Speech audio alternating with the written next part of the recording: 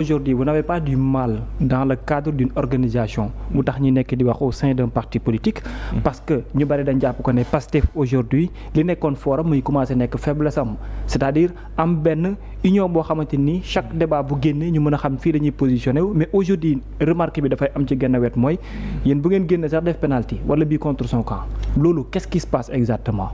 D'accord naa loolu c'est un constat boo xam ni man je le partage.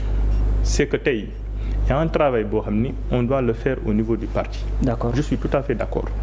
Loolu li may wax ni ça m'engage man personnellement en tant que militant. Parce que loolu tamit suñu parti dañu koy nangul. Jàpp naa ni y a un travail à faire à deux niveaux. Au sein du parti. Mooy suñu management interne ak suñu management externe. boo jëlee xam nga dañoo def transition politique jógee ci opposition dem ci pouvoir. Mais ba léegi nii on réagit à commencer par moi des fois damay réagir comme opposant parce que man entre temps aw ma woon temps ñu former ma préparer ma pour l'exercice du pouvoir ba fa demee nan ngeen nekkee un militant d'un parti au pouvoir. D'accord. Et même la communication au pouvoir quand on est au pouvoir elle est différente de la communication boo nekkee dans l'opposition. Boo nekkee dans l'opposition da ngay nekk dans la déconstruction. Boo nekkee dans le pouvoir da ngay nekk dans la formulation, dans l'explicitation, dans la pédagogie. D'accord. Pour fexe ñi nga xamante ni ñoom ñoo lay déglu ñu comprendre yow sa offre politique ak nan nga koy dérouler. Donc loolu noonu ce déficit de formation li ko indi mooy amuñu dañoo xëy rek ñëw. C'est vrai qu'on a hérité d'un pays en lambeaux. Ñu am autorité politique yëpp mobilisé wu dans ça. Quelque part on a oublié le parti. Or le parti au pouvoir. muy Pastef. Waaw tey jii nii on est présent partout. Am na deux faits yoo xam ne bu ma waxee waxu problème de management interne dama koy wax et ça je l'assume. D'accord. Mooy tey nan la ñuy fexe ba les orientations du parti. Arrive aux militants qu'ils soient à Fungolemi à Vélingara wala à Matam kooku mu comprendre les orientations du parti. Loolu benn la. Waaw. Mu approprié wu ko mën koo expliquer foofu noonu. waa gox waaw. beneen bi mooy nan la ñuy fexee pour militant boobu noonu moom ses attentes les doléances yu jógee à la base. mën a yegsi mu répercuter ko jaar ci coordination communale am jaar ci coordination départementale ñëw au sommet ñu mën koo traiter politiquement loolu on a des difficultés pour le faire alors que ñun avantage comparatif bu ñu am peut-être PDS ak PS amoon nañ un appareil ñun am nañ un appareil. Peut-être PS ñun mën nañoo tey rivaliser ak PS parce que ñun on a un bon appareil politique. On est présent pratiquement dans pratiquement tous les départements et dans pratiquement toutes les communes. Une large représentation. Donc on doit capitaliser. Avantage bi ñu am loolu il faut ñu capitaliser ko. Donc on n'arrive pas à faire ces deux choses-là et c'est très important loolu moo indi en l'absence de cadre interne pour le militant ou le sympathisant mu mën a exprimer wax ses doléances mën a exprimer moom et par moment son ras-le-bol wala ses frustrations et loolu c'est très légitime wala mu mën a def ses contributions ak ses propositions am fu mu ko jaarale bu amul courroie de transmission interne wala moom militant bi bu ko comprendre suffisamment du militant bi ngay blâmer c'est le parti qui doit le former pour mu xam ni s'il a des plaintes s'il a des doléances fii la koy jaarale loolu c'est le rôle du parti. D'accord. Donc loolu c'est un premier niveau. Waaw. Beneen bi mooy le management externe te loolu am na lien ak li ngay gis ci réseaux sociaux yi militants yi di ko wax même sur la politique pénale du régime mooy tey un parti au pouvoir dafay créer des canaux des couloirs entre le parti et l'État. D'accord. Parce que j'ai l'impression que dañoo nekk di fàtte le parti au profit de l'État et gis naa ni j'ai l'impression des fois dans les tournées même économiques dañuy fàtte la dimension parti la dimension politique sous prétexte que ni la représentation du militant aussi. waaw la représentation du militant sous prétexte que ni dañoo nekk ci rupture et man à ce niveau-là j'ai des réserves parce que gis nga un État n'est pas neutre un État avant d'être institutionnel c'est d'abord une entreprise politique li may wax ni science politique dëgg la. Ça c'est le d'abord docteur qui parle. waaw un État avant d'être une entreprise institutionnelle c'est d'abord une entreprise politique. D'accord. C'est un parti mooy gagner le pouvoir jël l'état ne état yow yaay cadre bi may doxal man samay orientation politique. D'accord. Donc il faut ñu créer des canaux entre les cadres du parti de plus en plus frustrés. ñenn ñi. loolu nekkatul débat. parce que non seulement du question de poste mais il faut ñu associer leen à la gestion du pouvoir ça ne veut pas dire il faut ñu nommer le forcément mais il faut que ces contributions mu mën a jàll yow mi nga xamante ne da ngaa liggéey ci projet bi. donc ce lien là. il faut ñu créer ko mooy les commissariats du parti. pour ñu mën a alimenter idéologiquement la décision publique. mais loolu mooy tax en termes de communication politique. sur les activités institutionnelles de l'État dafay am déficit. tey ñoom Samba Seck ñoo ciy góorgóorlu ci réseaux sociaux yi. est-ce que tamit même chose bi arrivé wul même votre propre leader dans ce sens-là d'autant plus il est aujourd'hui le premier ministre. coordonne les actions du gouvernement. président de parti politique mais qui l'on voit toujours comme un opposant quand il agit ak casquette président de parti politique. non non en fait du ko arrivé forcément xam nga foofu c'est à distinguer moom Ousmane. Président Ousmane Sonko il est dans une position boo xam ne c'est une position inédite pour la première fois au Sénégal ñu am un premier ministre boo xam ni il est le chef du parti nekk aussi le chef de la majorité nekk premier ministre parce que li ñu fi doon am habitude le président de la République mooy nekk le président du parti nekk chef de la majorité donc le président Ousmane Sonko il faut mu mën a y a un dédoublement fonctionnel loolu il faut ñu nangu ko le dédoublement fonctionnel dafa mës a am Sénégal. da ngay am deux fonctions nga mën a xam nan ngay gérer ces deux. sauf que aux yeux de la population les gens auront tendance à toujours voir Ousmane Sonko comme premier ministre mais avant d'être premier ministre Ousmane Sonko est un homme éminemment politique. Tout à fait. donc il faut ñu nangul ko ni Ousmane bu defee communication institutionnelle bàyyi ko waa service am ba pare ñoom ñu gérer la communication institutionnelle il faut mu def de la communication politique et moom foofu noonu nag jàpp naa ni le parti devrait l'aider. Comment? moo tax ma ni la la relation entre le parti ak l'État ba léegi nii xalaatuñu comment régler ça parce que am na ci question yoo xam ne le bureau politique peut gérer ces questions là. mooy sur tout ce qui est volet politique tout ce qui est communication politique et même tout ce qui est orientation politique gis nga tey. mën na am sur la gestion de l'État.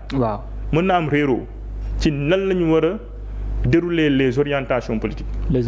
Dama jàpp ni arbitrage boobu ça doit se faire au niveau du parti parce que on a un conseil national ci structuration texte yi. fi nga xamante ni conseil boobu moom mooy définir un peu les grandes orientations. D'accord. donc war nañ mën a régler yenn questions ñu régler ko au sein du parti. pour bañ tey jii nii mu par exemple Ousmane génn ne man lii laa gis. ñu jàpp ni peut-être dafa am waroo ak le président de la République. donc loolu noonu yëpp organisation moo ñuy permettre ñu régler ko. mais organisation moo ñuy permettre ñu fexe ba militant bi saa yu amee lu muy wax ñu former la wax la circuit yi nga koy waxee. pour bañ saa amee problème rek nga jaarale ko ci réseaux sociaux yi. d'accord ci benn côté aussi bëgg naa comprendre. Pastef avant mu yegg si au pouvoir réussite am ak chance am c'était quoi amoon efficacité dans le cadre de la communication la représentation le message passait très bien même ñi nekk ci gox goxaat yi aujourd'hui qu'est-ce qui s'est passé entre temps même bu dee sax mën nañ exclure li nga jot expliqué waale ne nga jógee pouvoir jógee opposition la dem pouvoir ndax amul benn maillon boo xam ne nekk na ci diggante bi et puis qu'est-ce qui vous échappe entre temps parce que xam nañ ne vous êtes dans l'adaptation entre temps donc waroon na mën a am une organisation là sur place même buy échappé du feeñ trop mais lan moo dem ba ñu sorte que mu feeñ trop ci gët nit ñi dañu jàpp ne seen appareil bi dans rectifier parfois dafa mel ni cette fois-ci dafa tard trop. waaw loolu difficulté d'adaptation la loolu mën na dal ku ne mën na dal nit mën na dal organisation maanaam boo jógee ci benn moment dem ci beneen moment. dafay am des difficultés maanaam parce que environnement bi ngay dem doo maîtriser lépp xam nga même ci état prise en main sax mënoo koo pare léegi ñoom mii mënuñoo pare seen prise en main de l'état. D'accord.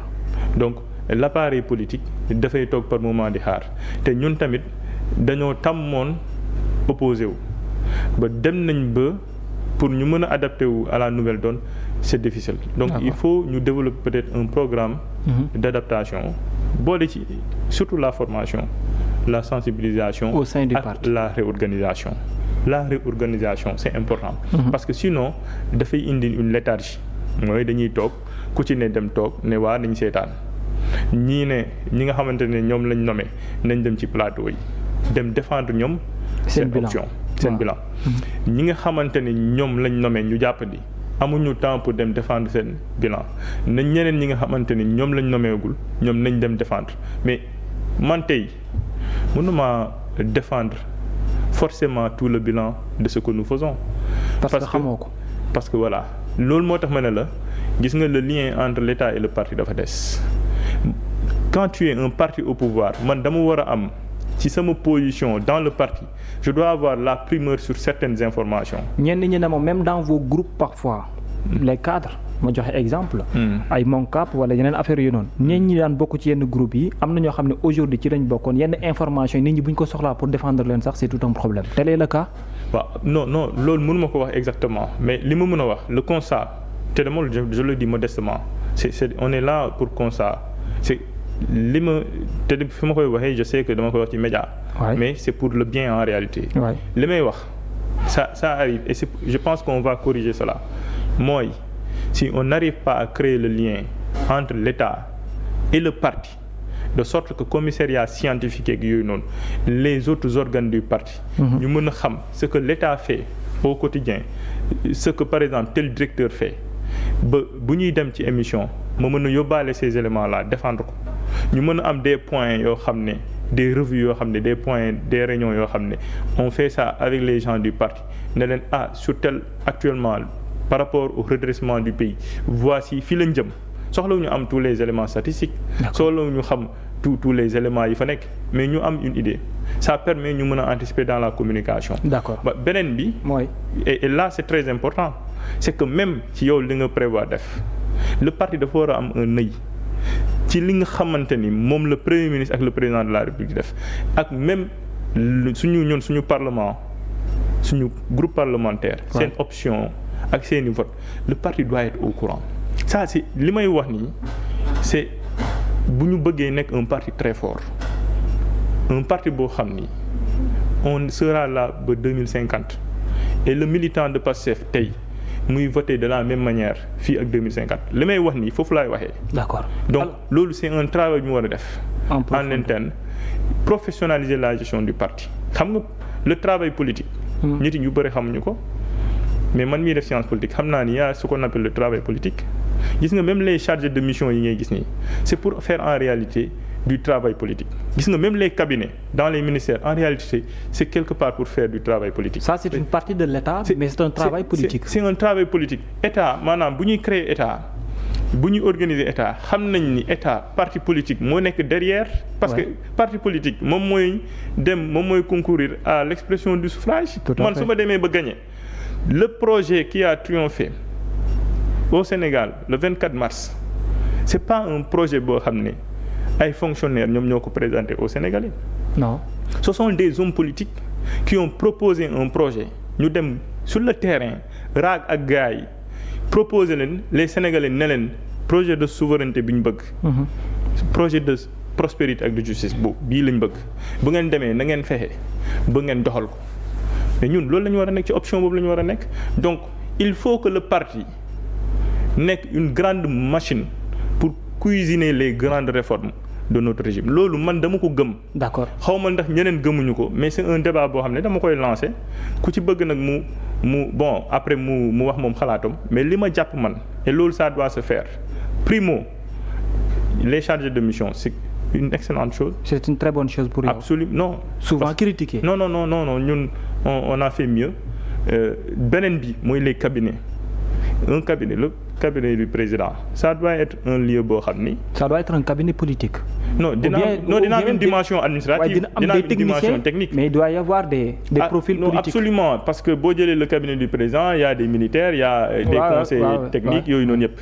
Mais il y a un fort volet politique. moo tax ñu créer un cabinet pour ñu togg les grandes réformes. maanaam un homme politique day ñëw ne la man lii laa bëgg def technicien bi wax la nan nga ko mën a defee mais mënoo ñëw technicien bi ne la li nga bëgg a def doo ko fi def parce que dafay dellu si très souvent ci sama gars yi lu ñuy wax ñi nga xamante ni ils ont été nommés ak même premier ministre des fois daf koy évoqué président de la république moom déglu naa ko même bi mu demee conférence des administrateurs et managers publics wax na ko. Camp.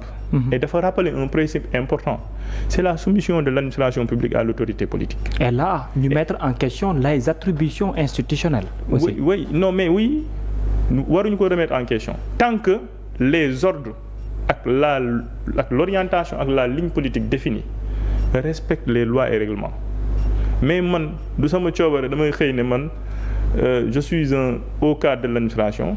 yow li nga indi comme offre politique du ma ko appliquer mais man su ma nekkee l'autorité politique dama lay dàkk à ce niveau-là la main ne doit pas trembler loolu moom la main ne doit pas trembler du tout bu fekkee y a des carences objectives laa wax et bu fekkee ni y a une désobéissance par rapport à des ordres illégaux laa wax mais la soumission de l'administration publique à l'autorité politique loolu c'est un principe élémentaire. D'accord. Donc warul man jàpp naa ni. waruñu am problème à ce niveau-là. Alors dans ce sens. et li may militer. waaw Kébé. waaw allez-y. dama koy répété waat. nañ joxaat gëdd le parti. nañu veiller à ce que le parti soit repositionné dans la gestion du pouvoir li may wax nii c'est parce que je suis dans le parti ma xam li nit yi di wax ak li nit yi xalaat ci parti bi. ba ci waa Vélingara. ba ci waa Vélingara ba ci ñëpp. d'accord waaw ñu wax ci wàllum science politique purement nag cette fois-ci parce que dama bëgg ñu am taxaw seetlu ci fonctionnement état. les techniciens ak benn partie les politiques yi nga xam ne dañ ci contribuer.